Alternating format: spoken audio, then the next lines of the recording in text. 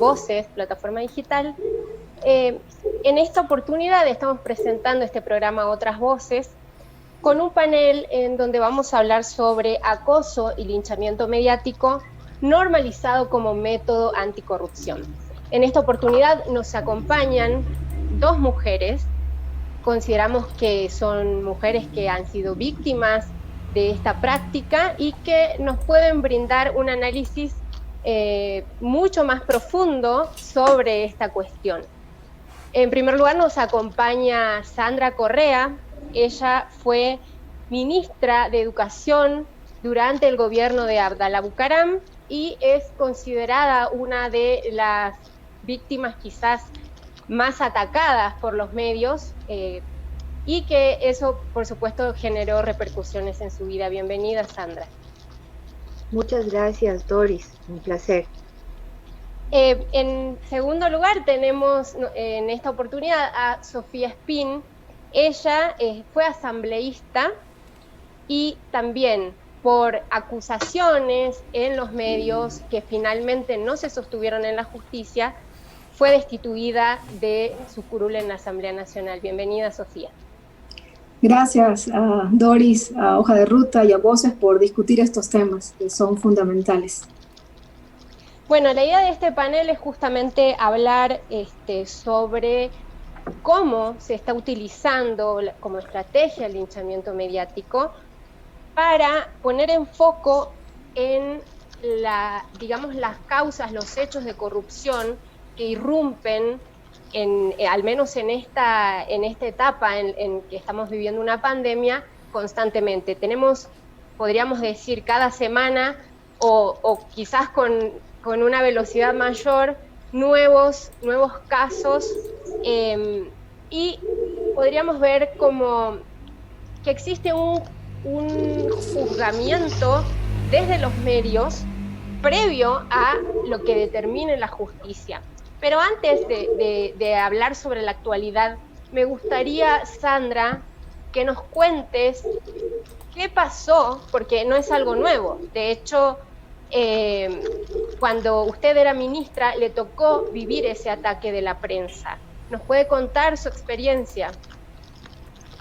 Gracias, Doris.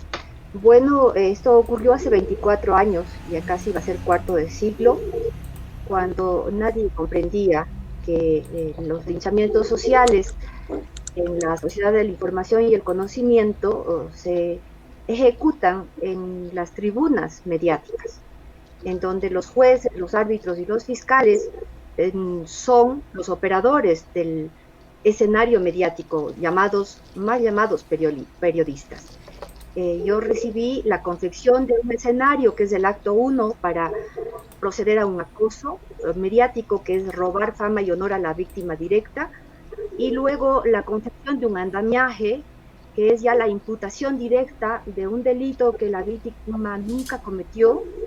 Y esto se hace o simultáneo a abrir la causa en el escenario de la justicia, con lo cual estamos hablando de un paralelismo de juzgamiento, y el Poder Judicial se subordina al mediático por la repetición sistemática del juicio condenatorio anticipado. O simplemente se lleva en los medios de comunicación, como a mí me ocurrió, y después es en el escenario de la justicia. De cualquier manera, se conculca el derecho a la inocencia, no hay presunción de inocencia, se entra con la sentencia mediática de culpa. El poder económico, que es el que patrocina y financia este tipo de ejecuciones, vuelve visible lo que le interesa, que es el escándalo, el amarillismo, el decapitado del momento, el fusilado del rato, y vuelve invisible el mecanismo de chivo expiatorio, que es ejecutado con patrón de persecución. Este patrón persecutorio distingue y avergüenza este tipo de tramas, que luego la ocultan, porque con el tiempo es demasiado perverso y vil y la ocultan.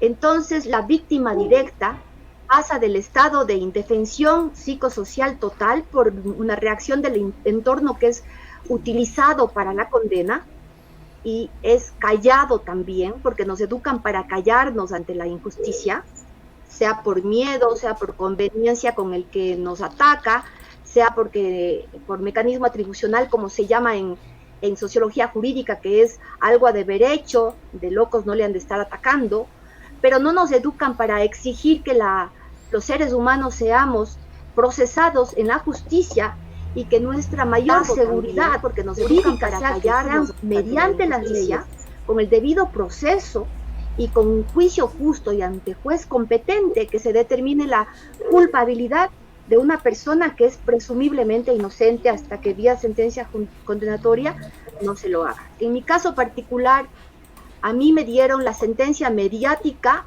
a través de una revista, la revista Vistazo, el señor Juan Carlos Calderón, que ahora ya todo el mundo sabe quién es el señor, y fue un día 27 de marzo del 97.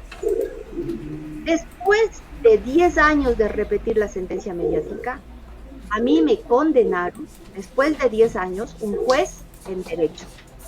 Y me dio 3 años que yo los cumplí en la cárcel sin haber jamás probado que yo haya perjudicado en ni un centavo al Estado ecuatoriano, como en efecto jamás perjudiqué, porque en el gobierno del economista Rafael Correa se suscribió el acta de finiquito del contrato de la mochila escolar un día 17 de abril del 2007, o sea, 3 meses después que yo fui condenada. Y nada ni nadie hasta la fecha ha reclamado este engaño social y el derecho que tenemos las mujeres a trabajar públicamente por nuestra patria sin ser arrastradas y linchadas, y desde ahí mi solidaridad para Sofía también. Gracias. Gracias, Sandra. Sofía, ¿nos puede contar usted de qué manera sucedió el linchamiento mediático en su contra? Bueno, primero, gracias una vez más, Doris, por la invitación. Un honor para mí compartir panel con Sandra. Permítame tutearla, Sandra. Es un honor para mí por su lucha, que es un ejemplo en el Ecuador, ¿no? Y el problema es que eso que le pasó a Sandra se está repitiendo constantemente en este gobierno.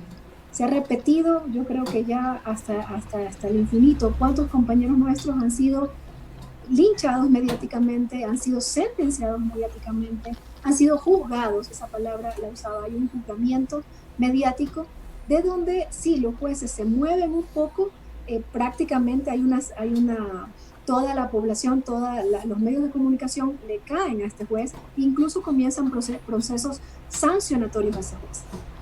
Yo cometo un acto, digamos, de buena fe, que es visitar a una persona privada de la libertad para conocer cómo se encontraba esta persona, que es de conocimiento público, tiene una vinculación con el caso del famoso secuestro del señor Balda, que se estaba llevando a cabo en contra del presidente Correa. La señora en el juicio, ella se declaraba inocente. Entonces uno no comprendía, si se declaraba inocente y lloraba en las cárceles, en el proceso judicial, diciendo que era inocente, ¿por qué en el proceso judicial se había declarado culpable con esta cooperación eficaz? Entonces me invita una abogada a visitarla porque ella había solicitado ser visitada, y me invita justamente como autoridad a escucharla. Yo efectivamente voy, la visito, la escucho, es una conversación de 15 minutos. Prácticamente saliendo de esa conversación, al día siguiente, 7 de la mañana, todos los medios me acosaban diciendo: ¿usted qué le ofreció?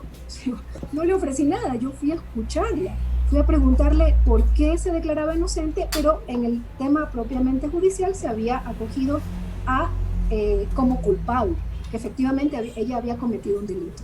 Entonces inmediatamente empezó un linchamiento mediático que luego se convirtió en esta sentencia mediática. Inmediatamente todos los poderes del Estado se confabulan contra Sofía Pin, se conforma una mayoría en la Asamblea Nacional para juzgar este acto, esta visita de 10 minutos, que luego en el tiempo obviamente no pudieron sostener que había ningún delito. La presidenta de la Asamblea se confabula con los morenistas, con las otras bancadas de Creo y el Partido Social Cristiano para destituirme. Yo les preguntaba, ¿cuál es el argumento? Hay 7 causales para destituir a un asambleísta. Por supuesto, visitar a una persona privada de la libertad no es una causal para destituir a un asambleísta. Entonces, forzaron un artículo, un numeral, un artículo de la ley de la función legislativa para decir que ese era el acto que yo había incurrido. ¿Cuál era ese acto? Supuestamente yo estaba ejerciendo otra función del Estado, otra función pública o privada. Yo les argumentaba, y argumentaban obviamente nuestra bancada, que eso no era cumplir otra función, ni pública ni privada, una visita para conocer cuál era la situación de esta persona privada de la libertad. Entonces no importó, ¿no? Y ahí viene ese linchamiento mediático, porque primero jamás tuve la posibilidad de defender. Es decir, en todos los medios de comunicación repitiendo un falso testimonio contra una sola persona, no hay posibilidad de defensa. Y tomo las palabras de Sandra, que prácticamente nunca hubo presunción de inocencia, es decir, yo siempre fui culpable. Inclusive, después de que la fiscal me da el dictamen abstentivo, es decir, retira la acusación, la prensa continuaba repitiendo que yo fui culpable, que yo le ofrecí algo que no le ofrecí nunca, y me seguían linchando mediáticamente, a pesar de que la fiscal, después de un año, que obviamente todo este linchamiento, toda esta sentencia, una persecución en la Asamblea Nacional y luego una persecución judicial, tuve que salir del país. El linchamiento no termina, el linchamiento, la sentencia no termina, esta sentencia mediática. Entonces, es una situación compleja y es increíble, es todo un poder contra un ciudadano. O sea, es el Ecuador, no solo el gobierno, no, es la función judicial, es el gobierno, es la procuraduría, son los medios de comunicación contra un ciudadano. Entonces, por eso este poder tiene que ser regular. Y ahí es increíble cómo luego comenzaron a torpedear la ley de comunicaciones, ¿verdad? Que obviamente ya esa ley de comunicaciones que existe ya no tiene ningún poder, y es una pena que un poder tan grande como la mediática no quiera ser controlado, no tenga control. Eso es un poco lo que ocurrió en mi caso. Sobre eso quería preguntarles. Digamos, la ley de comunicación incluyó una figura en contra del linchamiento mediático en la época del gobierno de Rafael Correa. Cuando asume Lenín Moreno y empieza a tejer una estrategia con los medios, digamos una estrategia para que los medios no lo ataquen, no lo enfrenten, en su momento Andrés Michelena dice que van a sacar esa figura de la ley porque no servía para nada. De hecho, cuando se impone esa figura en la ley, los medios de comunicación se resistían diciendo que eso iba a impedir, por ejemplo, investigaciones de corrupción o temas que tengan que ver con poner a la luz lo que supuestamente los políticos hacen en contra del pueblo. ¿Esos argumentos eran válidos? Digo, esta imagen de que si el gobierno pretende de alguna manera regular a los medios, los está atacando.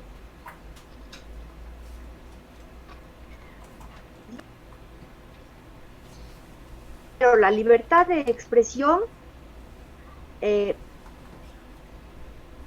pongamos que cuando nosotros vamos por una vía, el hecho de obedecer un semáforo nos separe o pase o ser, no significa que nos están vulnerando la libertad de tránsito.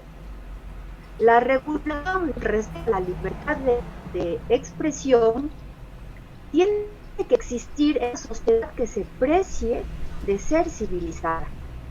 ¿Por qué grandes, los corporatizados, los en revista o prensa audiovisual, se resiste o espere, no citen a esto porque el vulnerable empezó a tener responsabilidad ulterior en lo administrativo. Esto es con el linchamiento con la figura en el artículo 26. Y íbamos camino a tener también como responsabilidad ulterior la penal, porque precisamente en la regla nacional en el 2013 dio una conferencia respecto a la necesidad de legislar en lo penal el delito de linchamiento mediático. Todos conocemos a Staffaroni, que es una catedral, nos da cátedra en derecho penal. Él le llama lapidación tiene que existir en una sociedad que es mediática, porque realmente las mujeres, sobre todo, somos apedreadas en, en público y despoblado, porque ni siquiera tienen que esconderse. ¿Por qué ahora? Lanzar la piedra y esconder la mano cuando existía responsabilidad ulterior en lo administrativo, valía, pero ahora, por ejemplo, y antes de que exista la Ley Orgánica de Comunicación en el 2013, se lanza la piedra y no pasa nada, por tanto están blindados con una maraña de impunidad, los medios de comunicación y sus operadores, también de inmunidad. Sofía no me dejará mentir que hasta los asambleístas les retiran la inmunidad legislativa, pero a un francotirador o a un mercenario también como respeto, no hay nadie quien le retire la inmunidad, a no ser el mismo, porque precisamente el poder que le dio esa inmunidad y esa impunidad para atacar al blanco de turno.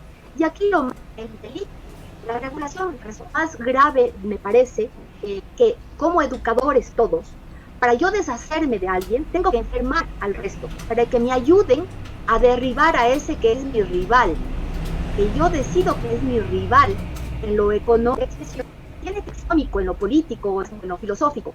Entonces tengo que deshacerme de esta persona, para eso lo desacredito.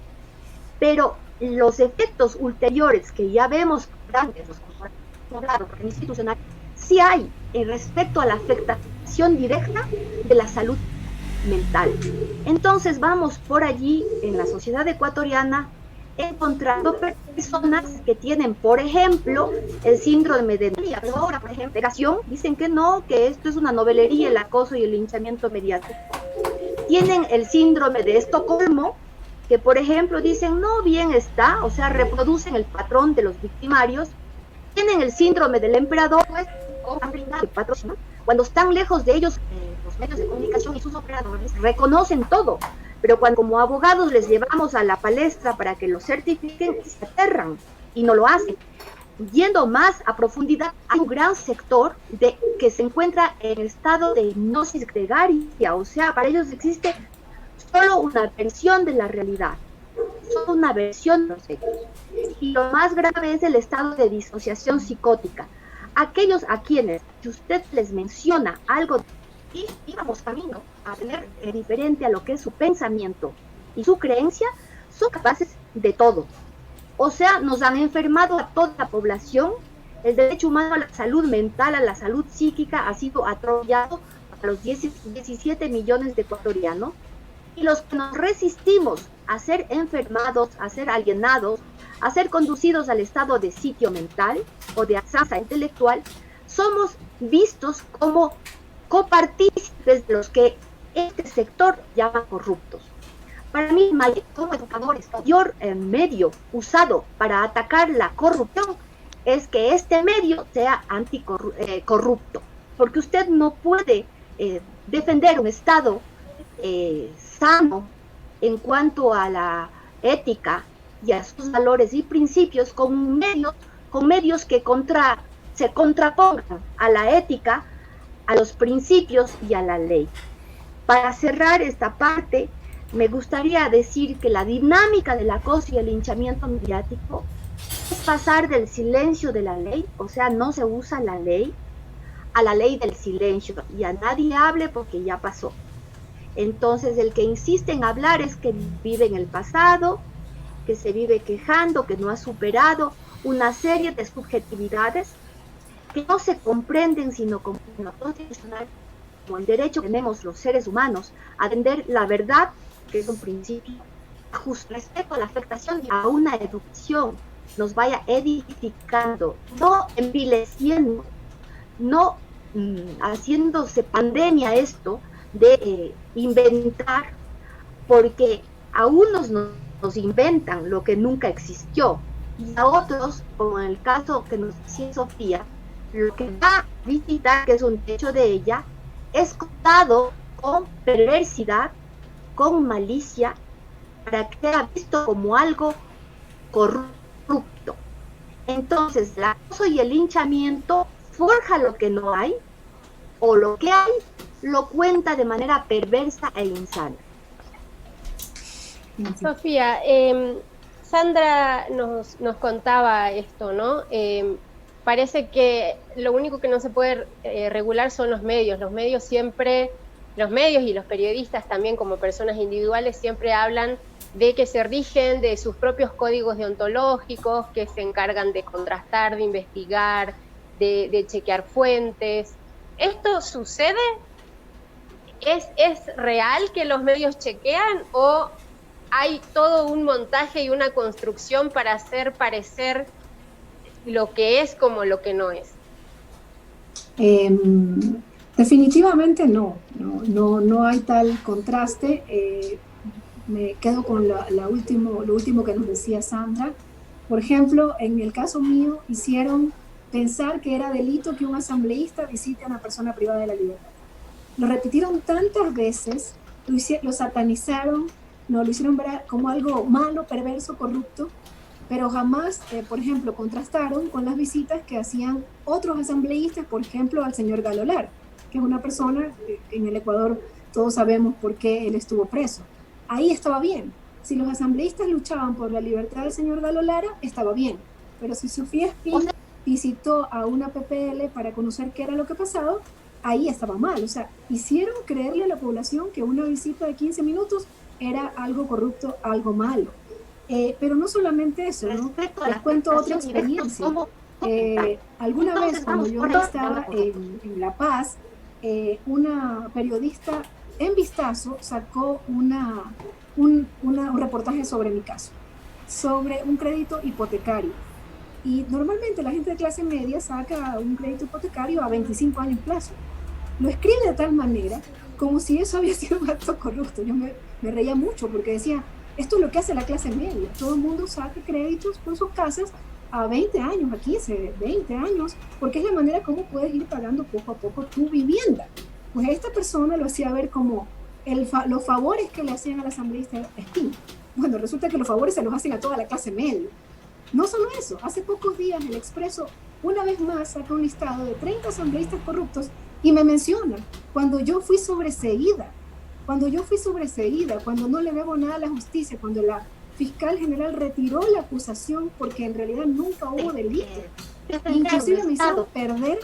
Inclusive me hicieron perder el curul de una manera ilegal, vulnerando el derecho de mis electores y por supuesto mis derechos humanos también, los míos propios. Entonces, tiene que haber un control.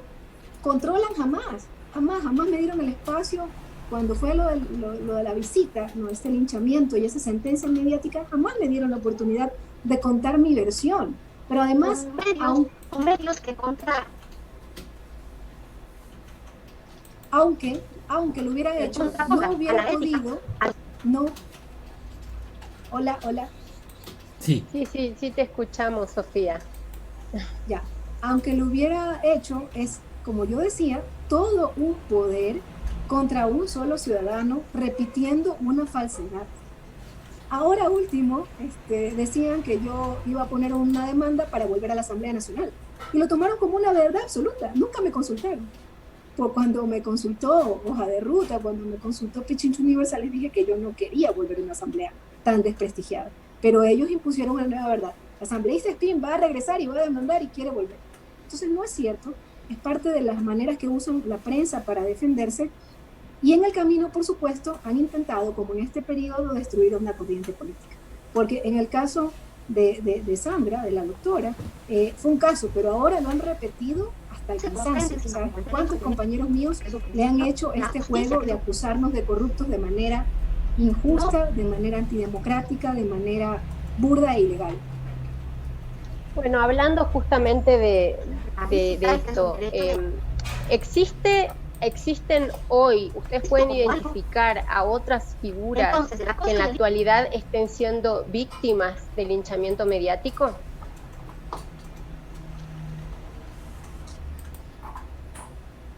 Porque las víctimas de verdad de acoso y linchamiento mediático somos perjudicadas de moda el autodenominarse que son linchados mediáticos. Ahora se usa el lawfare o el fake news. Estados Unidos Pero un acoso y un linchamiento mediático es un proceso de descrédito primero, en torno a la víctima, y luego un proceso de acoso y linchamiento mediático. Existe la diferencia con que debe haber un grupo de víctimas secundarias, o sea, aquellas que quedan con la versión falseada de la víctima directa, y no les sino que lo daño y la lesión enorme a la historia.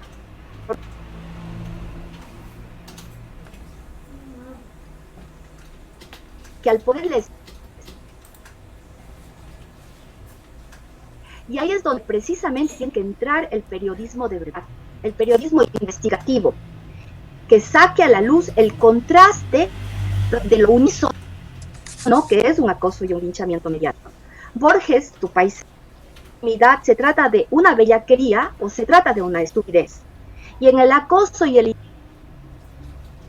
linchamiento mediático, unánimemente todos te repudian, como que unánimemente todos te sentencian. Y este aparecer, porque no es cierto, le dan una resonancia para que aparezca como que son todos los voladores. Ese aparecer es corrupto. Pero periodista, hombre o mujer, que haga honor al periodismo, ha de investigar un caso de acoso y linchamiento, no en favorecer al acosado o al linchado, sino en mostrar suyo, irá haciendo que las personas que actúan libres se cuenta para lo que fueron usados y rechacen el haber sido manipulado. Quien actúe por consigna no le interesa el contraste. Es más, lo banaliza, y hay periodistas de verdad que sí los tenemos. El doctor Francisco Herrera, dado el caso Sandra Correa, real. Sandra, tenemos problemas para escucharla. Hay intermitencias. Si me permite, continúo con Sofía a ver si se solucionan. Está bien. Un poco. Sofía, hay un desbalance también en esto de los medios. A ver, por un lado lo que dice Sandra, ¿no? Ella pone en otro lugar a otros periodistas que ella considera que sí hacen balance, que hacen contraste, que buscan las dos versiones, o las tres o las cuatro que existan sobre un hecho o sobre un acontecimiento. Pero, digamos, por un lado se tiene a los grandes medios, vamos a decir a estos medios que son financiados por grupos ligados a la banca, grupos ligados a grandes sectores empresariales, y por otro lado, los medios que contrastan son financiados por o empresas muy pequeñas o por grupos familiares o por estos medios que se hacen llamar alternativos. Entonces, ¿cómo se puede establecer este balance cuando por un lado tenemos a un gigante, tenemos a una víctima que sería la que está siendo atacada, y los pocos que dan la versión de la víctima son muy pequeñitos en comparación con los otros? Dándose cuenta para lo que fueron. Bueno, la pregunta es un tema que hay que debatir profundamente, que es un debate que incluso debe darlo la sociedad, ¿no? Cuando estuvimos en la Asamblea Constituyente, nosotros consagramos en la Constitución que haya 30% de medios públicos, 30% de medios privados y 30% de medios comunitarios. En el momento en que esos medios públicos dicen lo mismo y repiten lo mismo que los medios privados, pues ya tienes prácticamente una sola voz. Entonces, son temas que hay que seguir debatiendo, por ejemplo, lo que han hecho otros, lo que ocurre en otros países del mundo, en donde hay los medios responden a las tendencias ideológicas, es decir, hay medios que son más de izquierda, hay medios que son más de derecha, pero además lo dicen, o sea, en la presentación del medio todo el mundo sabe que está leyendo un periódico que es de tendencia progresista o que es de tendencia más neoliberal, y así el que lo lee sabe lo que está leyendo. En cambio acá tenemos en el Ecuador, tenemos medios que te dicen que son plurales, pero jamás entrevistan el otro lado de la historia, la otra versión, la otra posición, ¿verdad? No lo entrevistan. Te dicen que son plurales, que son neutrales, que son objetivos, cuando en realidad están defendiendo intereses particulares. Eso es lo que hay que, yo creo, canalizar profundamente y debatir profundamente, y es un tema que tiene que debatir la sociedad. No funcionó lo de 30 públicos, 30 privados y 30 comunitarios, inclusive en este gobierno se habla de que ese 30% comunitario comenzó a ser retirado para también dárselos a los medios privados. Yo creo que la sociedad también un poco está madurando al respecto, porque la sociedad ya no solamente se alimenta de los medios privados, ha comenzado también a escuchar estos medios alternativos y a buscar otras voces. Y creo que el momento más de mayor, donde se les cayeron las máscaras, digamos, fue en octubre pasado, cuando los grandes medios de comunicación decían que no pasaba nada mientras habían grandes manifestaciones en el Ecuador, en Quito y en otras provincias. Joaquín. Y la gente, ¿cómo se informó? Se informó a través de las redes sociales, se informó a través de medios o a través de medios internacionales como RT, que vinieron a cubrir la noticia, ¿verdad? RT, Telesur. Pero esto es una cosa que se replica a nivel, yo creo que de muchos países. Yo estuve en La Paz y era lo mismo, había un gran linchamiento mediático de las grandes cadenas en Bolivia en contra del presidente Evo Morales, y además esa prensa fue cómplice en el golpe dictatorial que se le da a Evo, diciendo que había fraude. Pero ahora los mismos medios internacionales ya reconocen que jamás hubo fraude. Entonces, son poderes que tienen que ser regulados. Lo mismo le hicieron a la señora Cristina Fernández de Kirchner, que impusieron que ella era una persona corrupta y que con el tiempo han tenido que hasta pedir disculpas públicas. Entonces, hay un poder allí que tiene que tener regulación.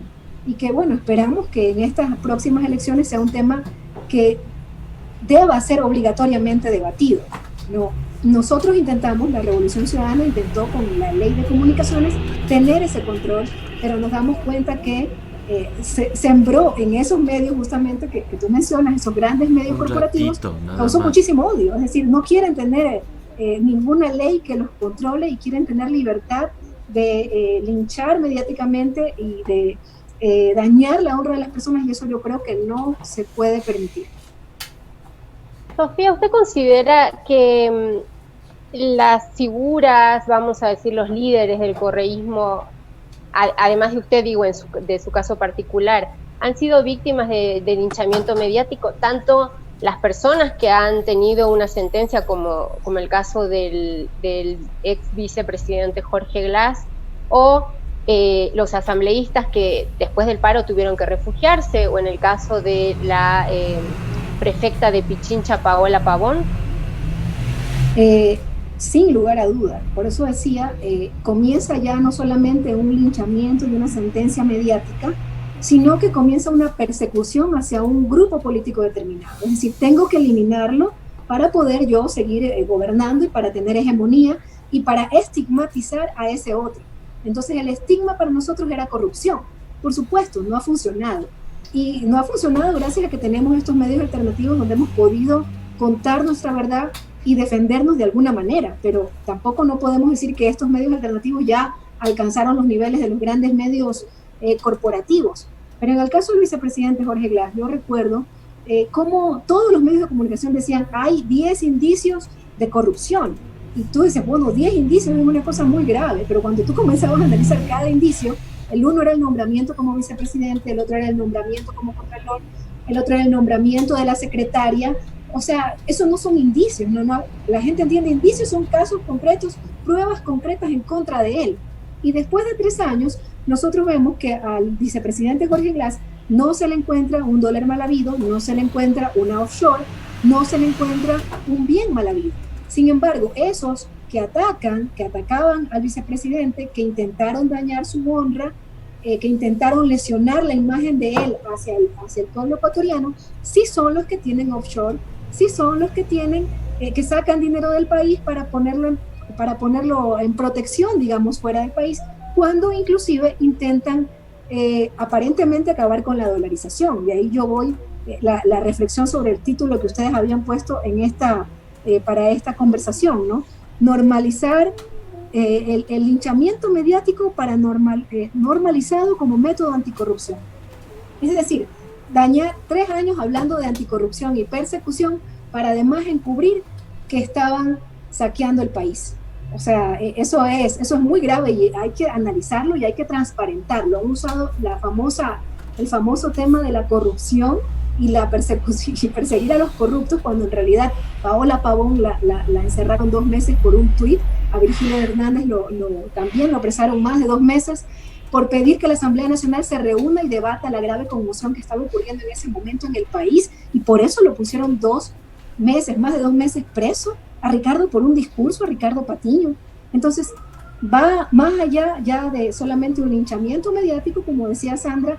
Nosotros hemos usado la expresión el lawfare, ¿no? Esa guerra judicial en contra del correísmo, que para mí llega ya a grados de lesa humanidad, porque así lo dicen las convenciones internacionales. Cuando tú persigues a un grupo humano, no solo por tu religión o por tu ideología, se convierte en un delito de lesa humanidad, y cuando haya la oportunidad, porque obviamente en este gobierno no lo va a haber, obviamente eso va a quedar demostrado, ¿no? Y lo vamos a demostrar en cortes internacionales. Sandra, ¿sí me escucha bien? Bueno, ¿me escucha? Quería preguntarle, a ver, todo esto que sucede, ¿no? Existe una persona, ya sea una figura política, se la acusa de un montón de cosas, se la castiga, en su caso hasta se la encarcela. ¿Y qué pasa después? ¿Hay siquiera un pedido de disculpas? ¿Hay un resarcimiento económico? ¿Cómo le afectó eso su vida personal? Porque va más allá de que después usted haya sido, digamos, la Contraloría haya dicho que usted no tenía nada que ver en ese caso. ¿Cómo afectó eso a su vida? Y aún cuando la Contraloría dijo eso, ¿siguió causando efectos en su vida personal?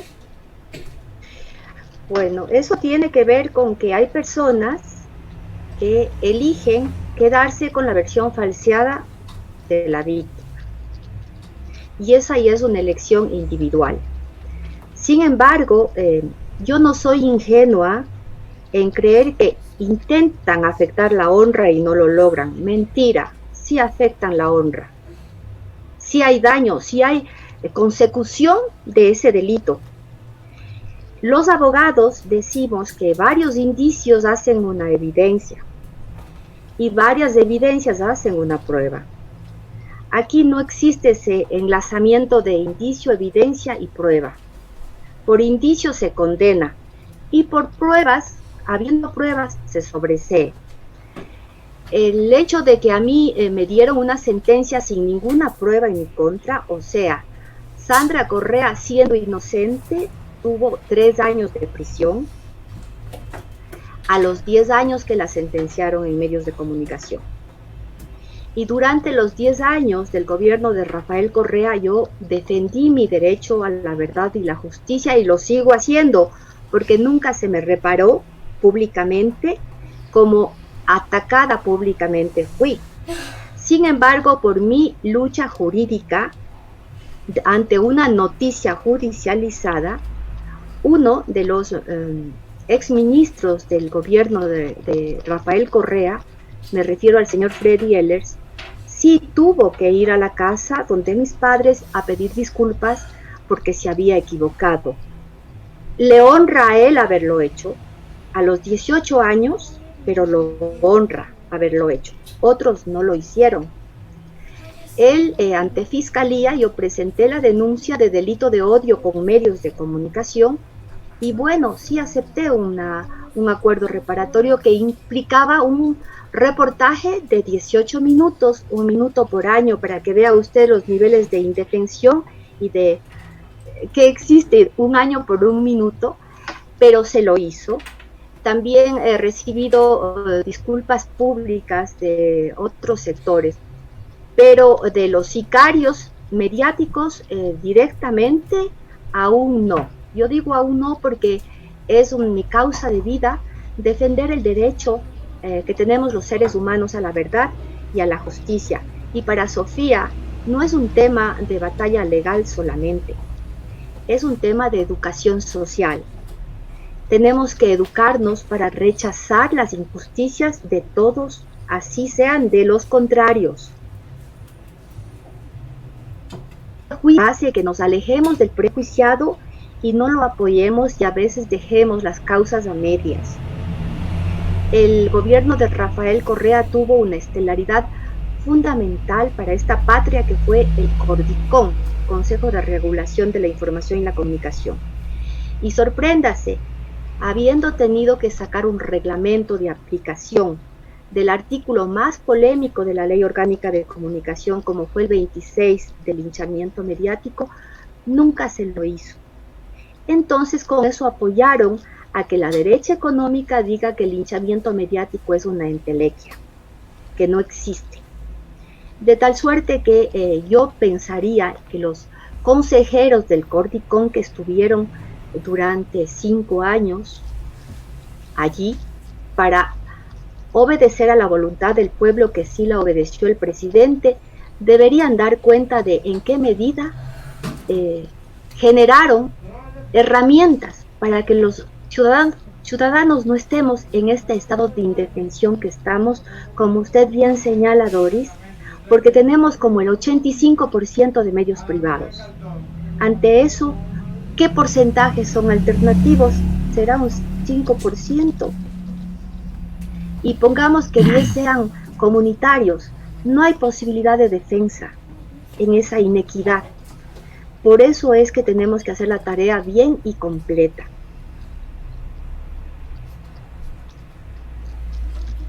Sandra, digamos, no quiero entrar en detalles sobre el caso en sí, sino en cómo se está haciendo el abordaje mediático y también desde la justicia. Pero en los últimos días estamos viendo, casos de corrupción que involucran a miembros de la familia Bucaram, que involucran indirectamente al alcalde de Quito, Jorge Yunda, al prefecto del Guayas.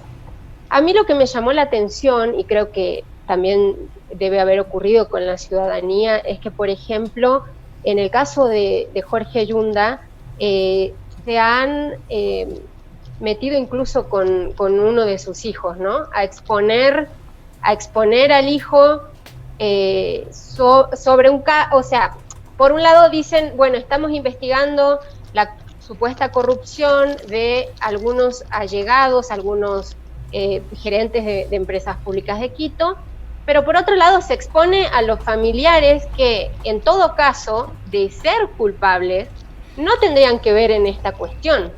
Digo, estamos viviendo, ¿qué tipo de escenario estamos viviendo ahora? Porque ya no se apunta solo contra la figura con la que se quiere, digamos, generar esta, vamos a decir, opacar a esta figura o tildarla de corrupta. Ahora también se está atacando directamente a la familia. ¿Qué puede decir al respecto?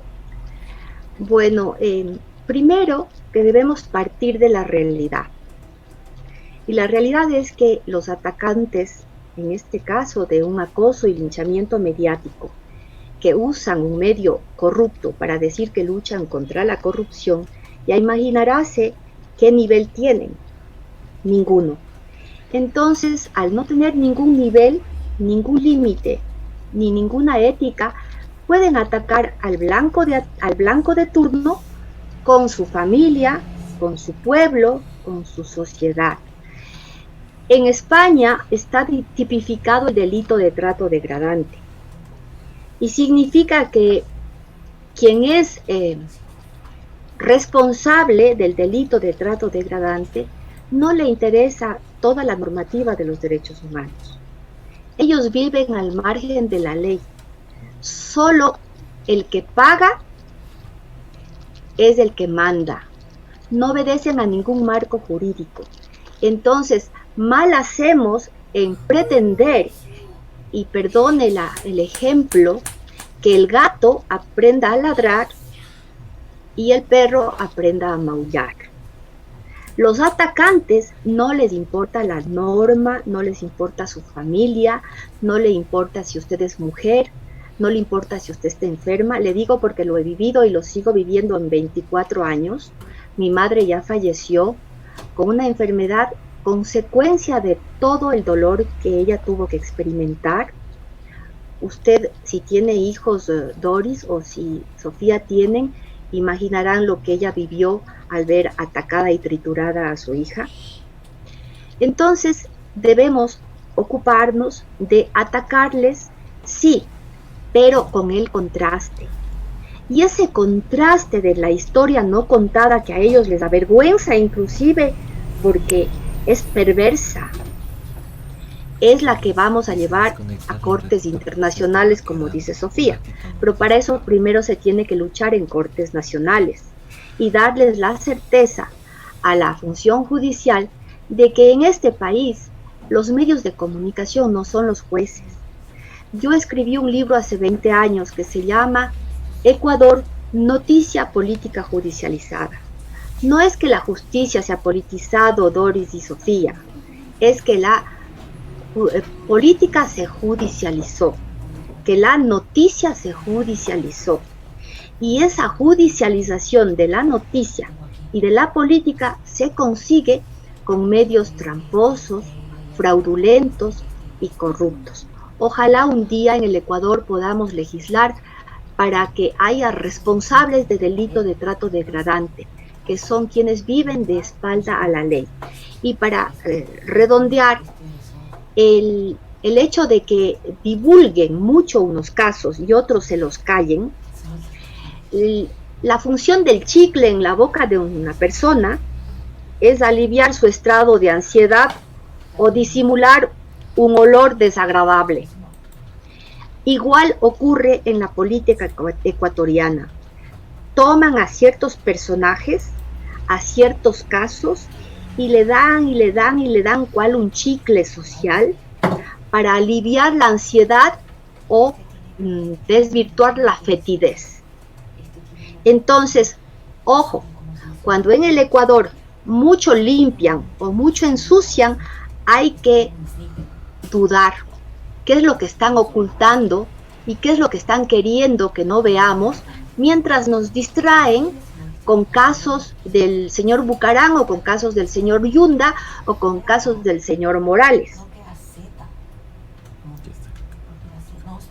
Que yo no digo que sean o no sean, pero sí es sospechoso esa reiteración, ese exacerbamiento social con unos y ese disimulo y ese poncio pilatismo con otros. Eso no es justicia, eso no es respeto a la ciudadanía, y los ciudadanos merecemos ser respetados en nuestro derecho a la información y a la comunicación. Y el acoso y el linchamiento mediático no es ni información ni comunicación. Sofía, ¿considera usted que existen, podríamos decir, dos varas, tanto en la justicia como en los medios, como mencionaba Sandra, dependiendo quién es la persona o a qué grupo político o económico representa, se lo va a atacar de una manera y a las otras personas se las va a dejar de lado? Definitivamente, eso es lo que estamos viendo, ¿no? Hay una justicia selectiva y una justicia además que persigue correístas. Por ejemplo, yo ponía el caso de, contrastemos los casos de gente cercana al gobierno nacional.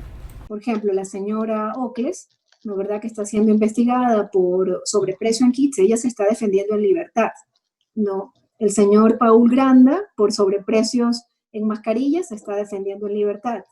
El señor Morales, sin entrar a juzgar, se está defendiendo en libertad. El señor Bucarán está en su casa defendiéndose en libertad. la ex vicepresidenta de la República, la señora María Alejandra Vicuña, se está defendiendo en libertad, y eso que ya ella fue sentenciada en primera instancia, todavía le faltan 2 instancias más. La señora Norma Vallejo, ex asambleísta, defendiéndose en libertad. Revisemos los casos de la tendencia de la Revolución Ciudadana.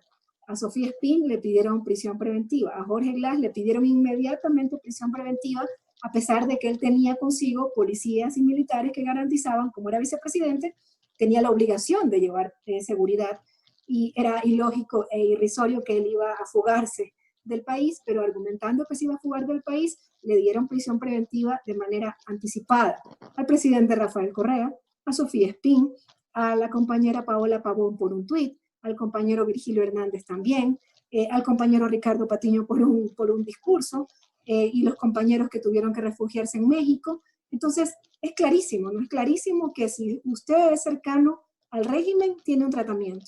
Si usted es opositor al régimen, dicho sea de paso, ser opositor al régimen está garantizado en nuestra Constitución, ser oposición está garantizado en nuestra Constitución, inmediatamente es prisión preventiva. Me hacía reflexionar la doctora Sandra Correa sobre el tiempo que le dan los medios de comunicación a una noticia o a otra noticia.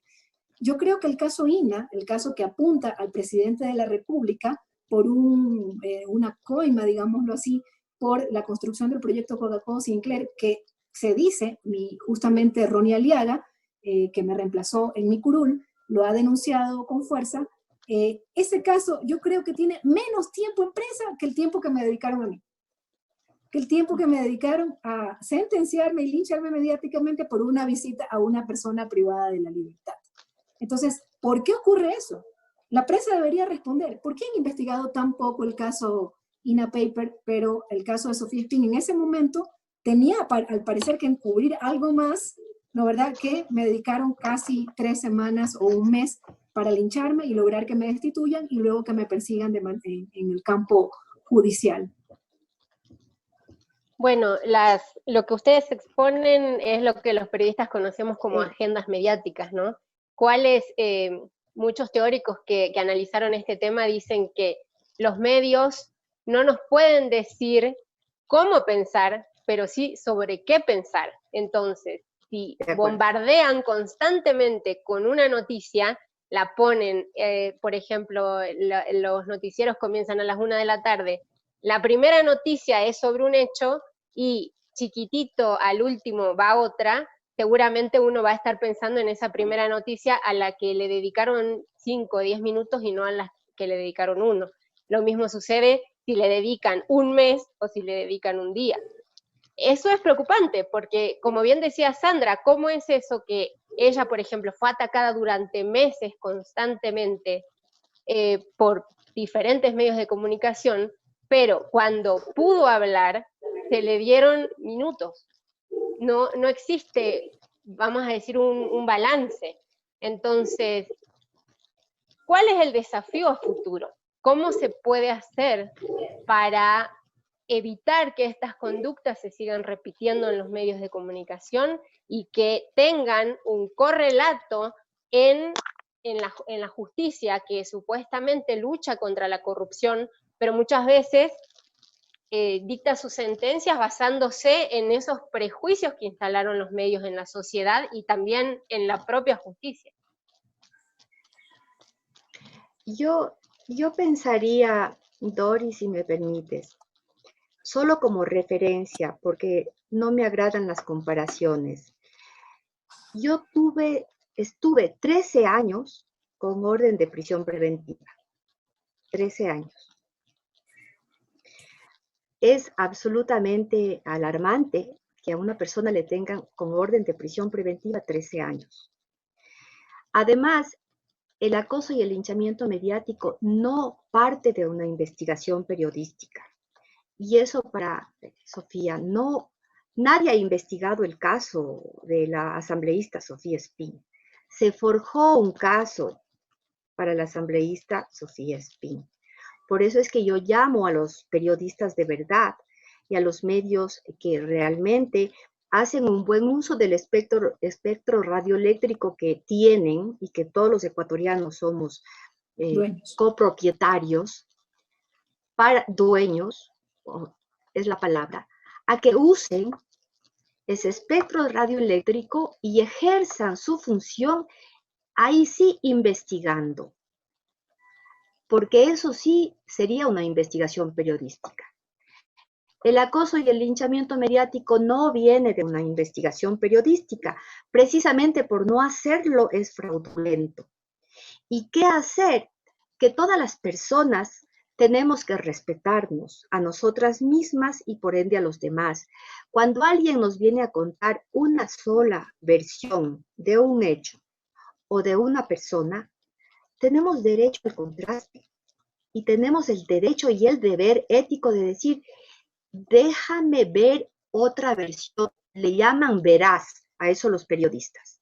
Al menos dos versiones de un hecho, al menos dos caras de una moneda, para yo allí sí tener mi propia opinión y mi propio pensamiento. A mí, déjame ver, me llama la atención cuando la gente dice que no se da cuenta, el carrusel de opinadores que van, al menos dos listas, hay de todo. Entonces hay una especie de focus group de analistas en petróleos, analistas en economía, analistas en leyes, ¿ya? Entonces el momento que quieren legitimar una ilegalidad, llaman a este carrusel de analistas para que opinen sobre un tema. Y estos analistas, bien, tienen libertad de opinar sobre ese tema y de todo, pero yo como ciudadana, entonces hay una... Y la información para que sea tal, tiene que ser contextualizada, investigada. Entonces, el momento que toman es veraz y la opinión no es información.